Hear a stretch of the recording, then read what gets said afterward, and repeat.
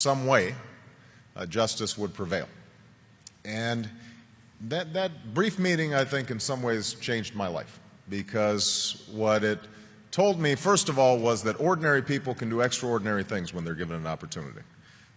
We sometimes think that our leaders have to have fancy degrees or well-educated or some public office somewhere. These young men had none of those things. But what they possessed was an anger over injustice that they were able to channel in a constructive, positive way. And I thought to myself that they gave me some sense of the direction that my life might go.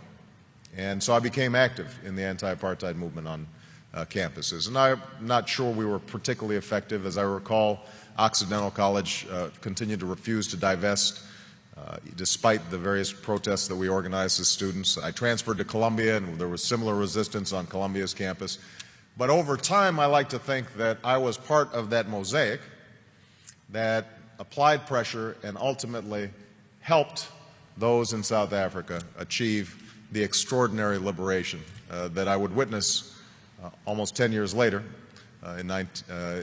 as a law student. And I remember the image of Nelson Mandela walking out of prison and understanding that a seminal moment in history had occurred and that Mandela's long march towards freedom was not his alone, but was part of thousands of footsteps, of millions of footsteps of people all around the world.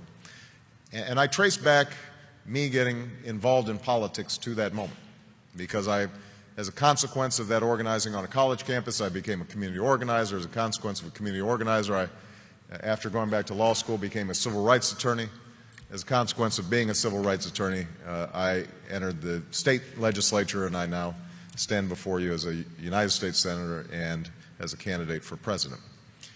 And so the primary message I guess I have in receiving this award is that all of you represent enormous potential and enormous possibility for change, because we all know that injustice still exists. It exists here in the United States, in every poor neighborhood, in every inner city, in every rural community, all across the country. There is quiet desperation. Young people's lives are filled with sadness and desperation and anarchy and chaos. And obviously all around the world, we see those same symptoms of hopelessness made manifest in places like Darfur, in places like the Middle East, in places that too often are forgotten about and not written about until they flare up in tragedy. So I hope that all of you who are on the brink of doing extraordinary things decide to channel that talent and that energy and that imagination to figuring out how do you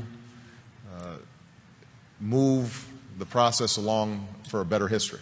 You know, how do you put your shoulder against the wheel and move that boulder up the hill?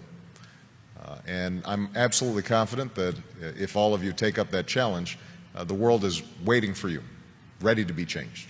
Because I think we live in this moment in history right now where the hunger for change, the hunger for something new, the desire to break out of the ordinary, the self-interested, the petty, the trivial, is everywhere.